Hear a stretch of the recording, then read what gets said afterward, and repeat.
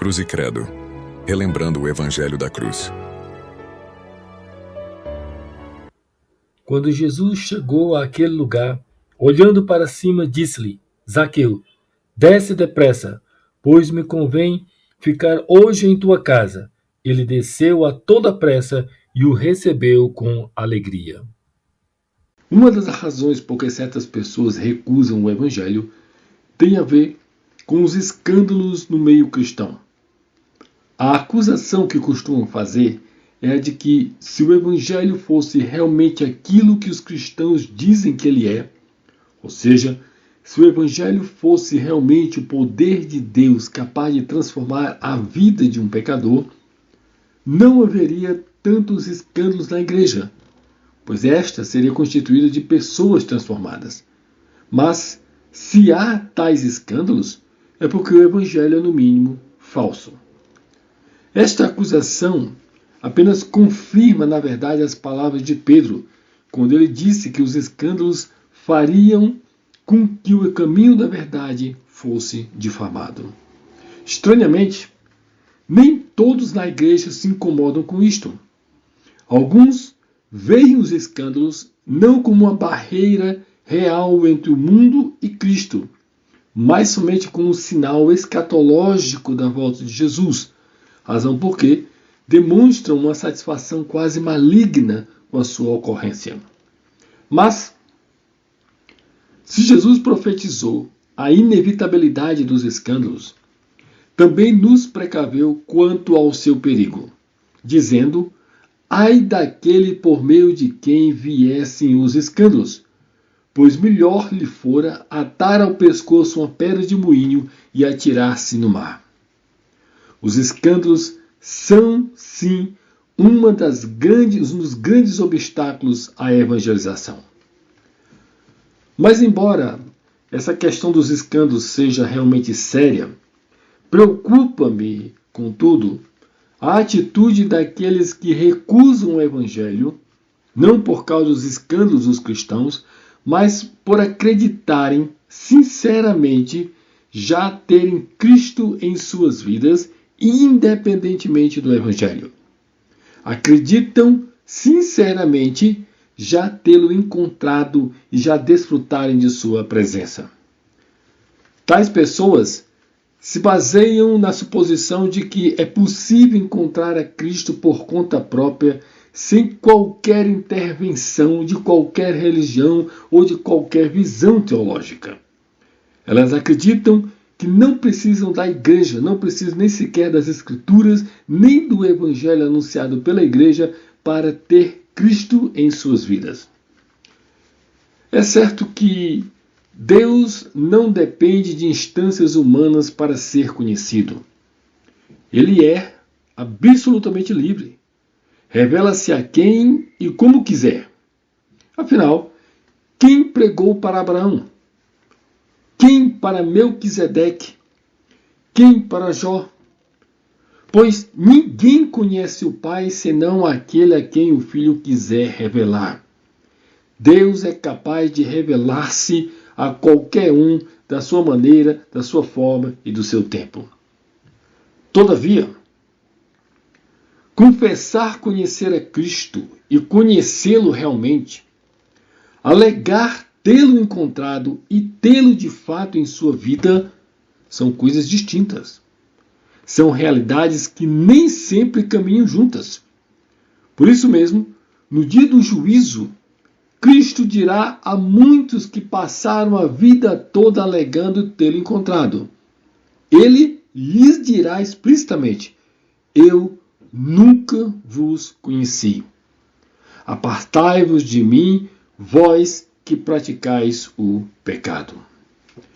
É oportuno, então, perguntarmos: como saber se já tivemos um verdadeiro encontro com Cristo? De fato, o que significa encontrar a Cristo? Quais as evidências de um legítimo encontro com Cristo? Quais os benefícios resultantes desse encontro? O meu objetivo é responder a essas questões, sem ser exaustivo, naturalmente, quero respondê-las a partir da narrativa do encontro de Zaqueu com Cristo, registrada pelo evangelista Lucas. Vou respondê-las sucessivamente, um estudo para cada questão, sendo então a primeira a do significado de encontrar a Cristo. O que significa então encontrar a Cristo? Ora, tudo quanto se possa usufruir da salvação em Cristo, novo nascimento, reconciliação com Deus, libertação do pecado, dons do Espírito Santo, esperança eterna, tudo depende desse encontro. Somente aqueles que encontrarem realmente a Cristo experimentarão essas bênçãos. Inicialmente, em termos negativos, devo dizer que encontrar a Cristo não é meramente tornar-se adepto de um sistema religioso cristão. Por sistema religioso cristão, entenda o conjunto de doutrinas e práticas de uma religião que se identifica com a pessoa de Jesus Cristo. Por exemplo, o catolicismo, o protestantismo, o evangelicalismo, o espiritismo kardecista e até mesmo algumas vertentes esotéricas, como o gnosticismo, que tinha se tornado muito comum no primeiro século, a teosofia, o rosacrucianismo, a cabala cristã e a antroposofia. Tais sistemas podem ser descritos como sistemas cristãos, pois procuram se identificar de uma forma ou outra com a pessoa de Jesus, com o Evangelho de Jesus. Observe, não estou legitimando nem defendendo a autenticidade desses sistemas. Estou dizendo apenas que tais formas, tais sistemas são cristãos à medida que buscam alguma identificação com Cristo. Agora, por que fazer parte de um sistema cristão, de um sistema religioso cristão dessa natureza, não é encontrar Cristo? A resposta é simples. Porque Cristo não é um sistema religioso. Adianto, porém, que isto não significa que não exista um sistema religioso em torno de Cristo e que por isso mesmo deva ser observado pelo cristão. Existe sim um sistema religioso em torno de Cristo. É contraditória a noção de um Cristo sem religião. Todos os líderes modernos que propõem uma fé cristã sem o sistema religioso, e isso tem se tornado muito comum em nossos dias, todos esses líderes acabam traindo a si mesmos, por duas razões bem simples. Primeiro, se de um lado negam verdades teológicas absolutas, de outro fazem de seus próprios discursos, de suas próprias pregações, a verdade doutrinária fundamental a ser observada pelos seus seguidores. Tais líderes que falam de um Cristo sem religião fazem do seu próprio discurso, da sua própria teologia pessoal, seja ela qual for, a verdade doutrinária fundamental do seu sistema. Essa é a primeira contradição deles. A segunda contradição é que tais líderes costumam se organizar de forma institucional com rituais e práticas coletivas. Então, de um lado, eles negam todo o sistema religioso. Dizem que Cristo não existe na religião, que Cristo existe sem religião, que podemos ser cristãos sem qualquer religiosidade. Mas, ao mesmo tempo, esses líderes fazem questão de propagar, ainda que inconscientemente, algum sistema religioso, no caso, o deles mesmos. Então, essa noção de um Cristo sem religião é contraditória. O problema não é a religião em si. O problema é a perda de sua funcionalidade. Para que serve um sistema religioso? Basicamente, o sistema religioso ele busca salvaguardar suas doutrinas e práticas, certas doutrinas e práticas. No caso da fé cristã, há doutrinas e práticas acerca de Cristo que devem ser entendidas pela igreja, que devem ser cridas pela igreja, que devem ser mantidas pela igreja. Assim como há certas práticas que são decorrentes desses entendimentos teológicos acerca de Cristo. Em outras palavras, existe um sistema religioso em torno de Cristo à medida que existem doutrinas e práticas acerca de Cristo que devem ser observadas pela igreja. É certo que Cristo vai além desse sistema religioso, mas existe sim um sistema religioso em torno de Cristo. A própria prática da ceia do Senhor é uma prática religiosa. O batismo é uma prática religiosa. Por que Paulo condena tão veementemente doutrinas alternativas ao seu evangelho? Por que ele não aceita outras formas de compreensão do evangelho? Em Gálatas capítulo 1, versos 7 a 8, ele responde dizendo que, primeiro, qualquer alternativa ao evangelho apostólico é falsa, pois não há outro evangelho além daquele pregado pelos verdadeiros apóstolos de Cristo. E mais, qualquer alternativa doutrinária ao evangelho apostólico apenas traz confusão e perturbação para a igreja. E além disso, qualquer alternativa ao evangelho apostólico perverte, corrompe, destrói, anula o verdadeiro evangelho de Cristo. E por isso, qualquer alternativa ao evangelho apostólico não passa de anátema. Na mesma linha, nós temos o apóstolo João, o qual reclama exclusividade de comunhão da igreja com os apóstolos. Ele reclama que aqueles para quem ele está escrevendo mantenham comunhão apenas com os apóstolos e que rejeite qualquer associação com os falsos mestres. No caso, eram os falsos mestres gnósticos que estavam propondo outro evangelho de Jesus. E a resposta, como ele vai bem dizer logo no início de sua primeira epístola: por que a igreja deve manter comunhão apenas com os apóstolos? João responde: porque os apóstolos foram testemunhas oculares de Cristo desde o princípio. Viram pessoalmente a glória de Cristo. E mais, os apóstolos aprenderam o evangelho do próprio Cristo. Os apóstolos foram fiéis em sua transmissão do que eles viram e ouviram de Cristo.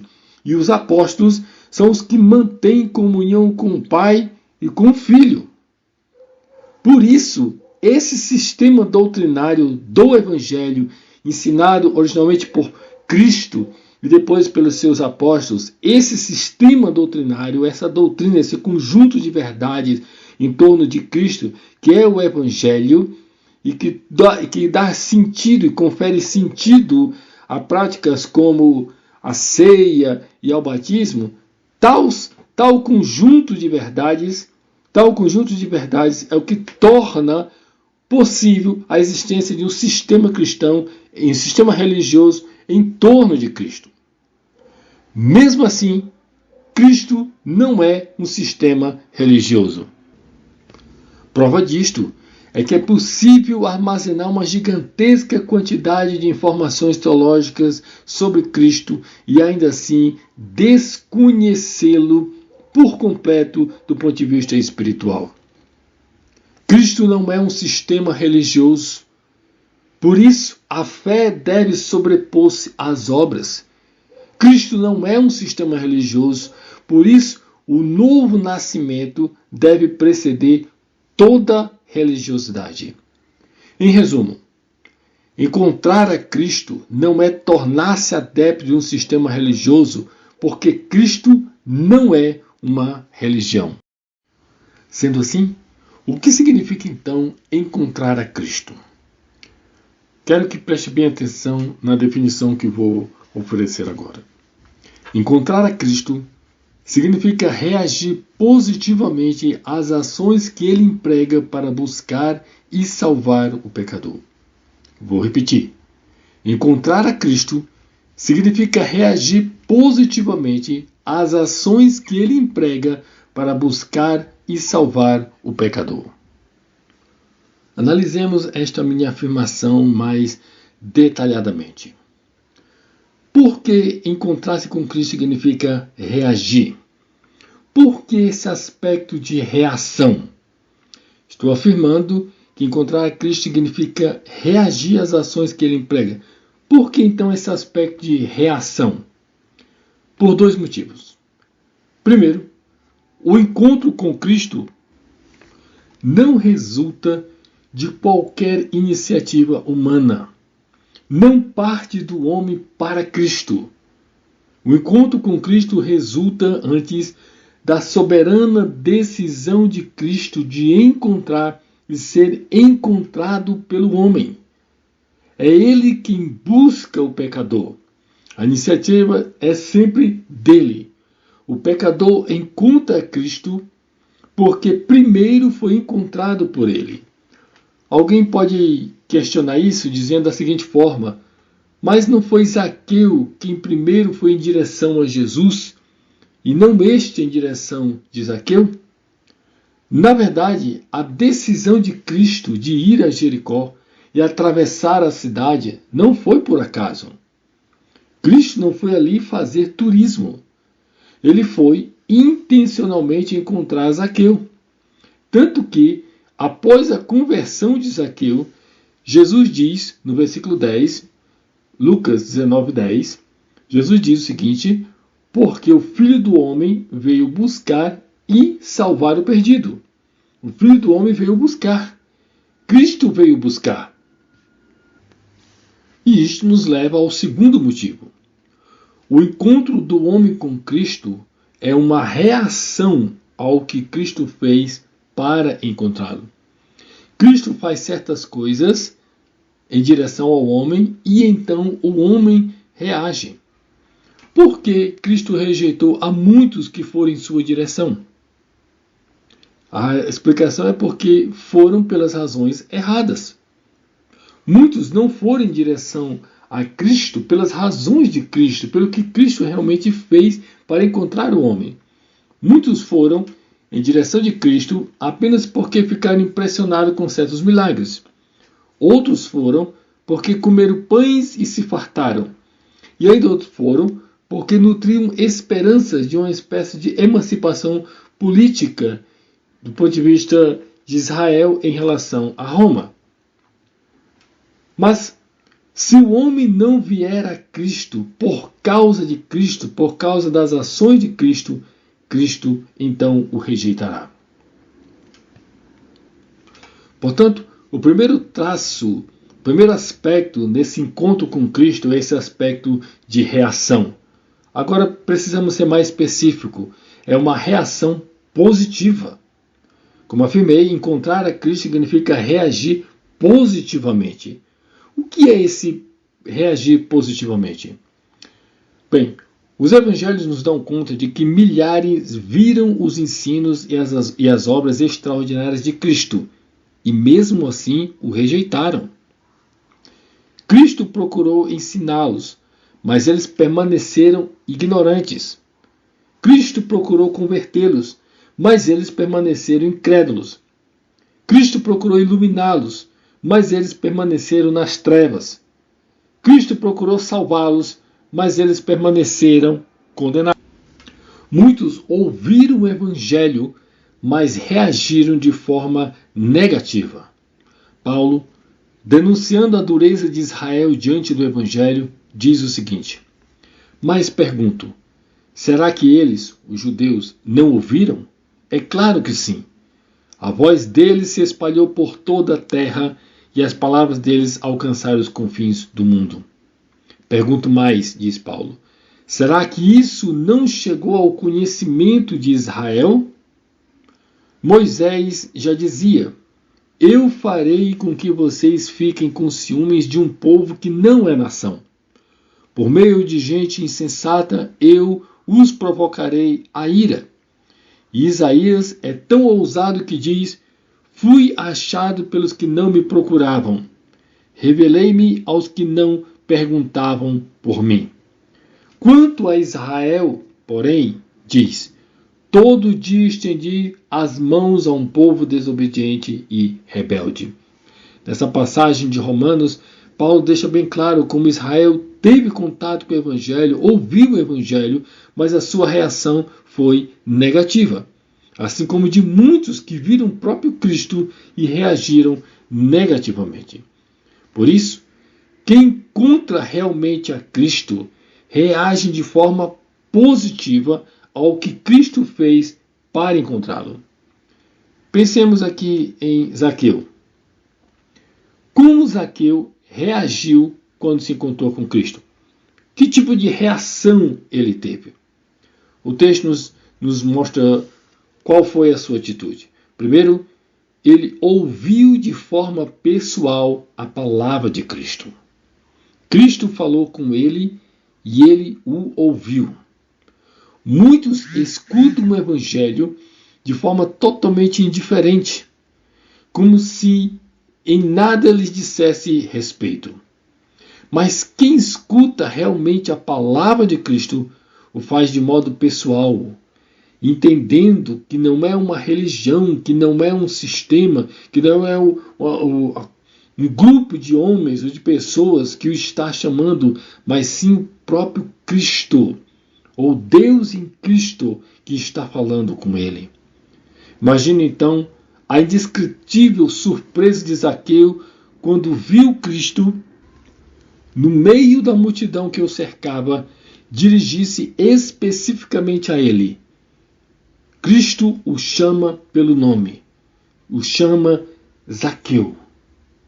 E Zaqueu escuta de forma pessoal a palavra de Cristo. Esse é o primeiro traço de quem reage positivamente a Cristo, às ações de Cristo.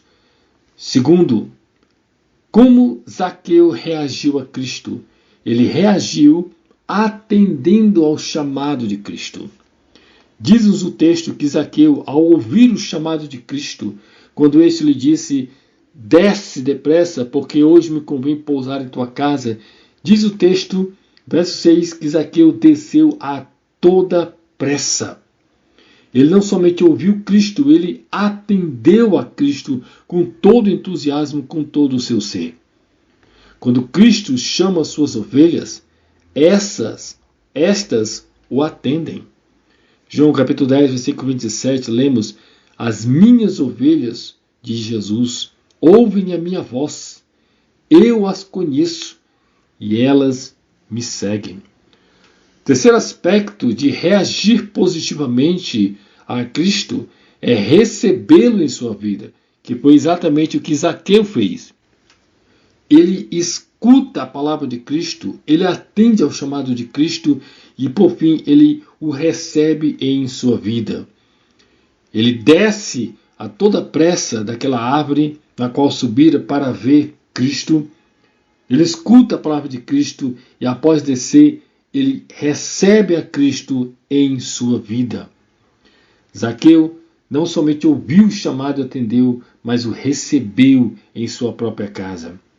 Receber Cristo em casa é aceitá-lo até mesmo nas áreas mais íntimas da vida. A experiência de muitas pessoas com Cristo muitas vezes se limita ao templo. Mas se Cristo está presente até mesmo nas áreas mais íntimas da vida de uma pessoa, também deve estar nas áreas públicas.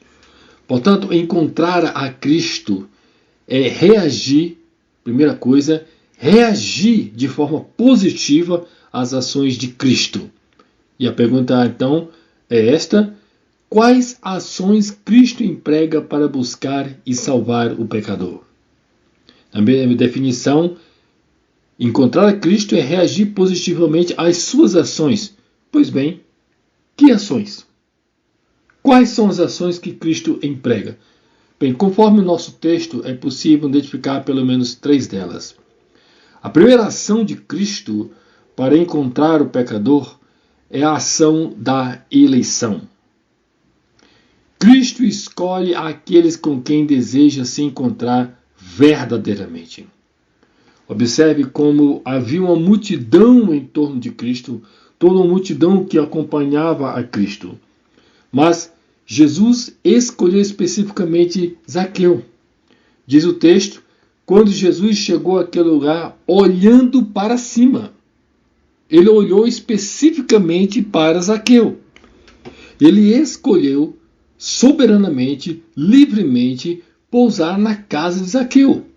Ele o escolheu. Havia uma multidão, mas Cristo decidiu, por sua livre vontade, escolher a Zaqueu. E por que a Zaqueu? Não foi por méritos, não foi por obras, pois todos sabiam do caráter e da conduta de Zaqueu. Então, o segundo aspecto, a segunda ação que Cristo faz para encontrar o pecador, além da eleição, é a da manifestação de sua graça. Quando Cristo escolhe os seus, não faz por causa dos méritos pessoais deles, mas pela sua própria concessão de graça. A fama de Zaqueu, como falei, não era nada positivo. Tanto que, quando Cristo entra em sua casa, diz o texto que todos os que viram isto murmuravam, dizendo que Jesus tinha se hospedado com um homem pecador, conforme o verso 7. Então, Jesus escolhe a Zaqueu ficar em sua casa. E não faz pelo mérito de Zaqueu, não faz porque ele era um homem justo, porque era um homem reto, um homem temente a Deus. Não. Zaqueu era um homem pecador. Mas foi a ele a quem Cristo escolheu. Foi a ele que ele disse, hoje me convém pousar em tua casa. Por que isso? Por causa da concessão de sua graça. Uma terceira ação que Cristo emprega para encontrar o pecador é a ação de sua palavra. Cristo fala com aqueles com quem deseja se encontrar verdadeiramente. Quando Jesus vê a Zaqueu, lhe diz, Zaqueu, desce depressa, porque hoje me convém pousar em tua casa. Ele fala com Zaqueu. A palavra é o principal instrumento mediante o qual Cristo fala com o pecador. Esse é o principal instrumento, essa é a principal ação de Cristo quando se dirige ao pecador. Quando busca salvar o pecador. Estas são as suas ações. Ele usa de sua eleição, ele concede a sua graça e ele fala com o pecador. Em resumo, portanto, encontrar a Cristo significa reagir positivamente às ações que ele emprega para buscar e salvar o pecador. Quais são as evidências de uma pessoa que realmente encontrou a Cristo? É um tema que vou deixar para um outro estudo. Por ora, quero apenas concluir essa palavra com algumas inferências teológicas e práticas. Primeiro, a salvação não é um mérito humano, mas uma resposta à iniciativa de Cristo. Cristo é quem busca e salva ativamente os perdidos. Não é o homem que se oferece para ser salvo. A iniciativa sempre parte de Cristo para o homem. Segundo, embora Deus tome iniciativa, o homem é chamado a responder positivamente.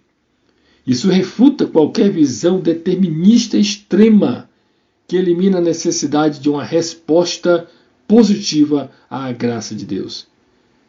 Terceiro, o Espírito Santo é o agente que convence o pecador e que possibilita que o pecador responda de forma positiva e sincera a esse chamado de Cristo.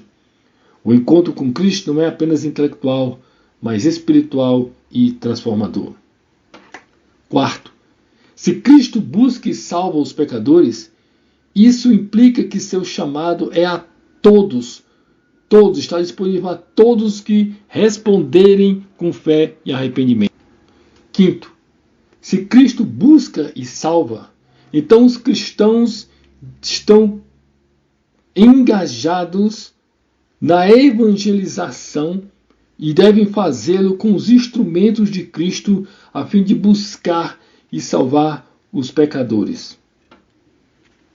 E por fim, Mesmo quando as pessoas não parecerem responder de imediato de forma positiva às ações de Cristo, devemos sempre confiar que Cristo vai permanecer buscando e salvando os pecadores.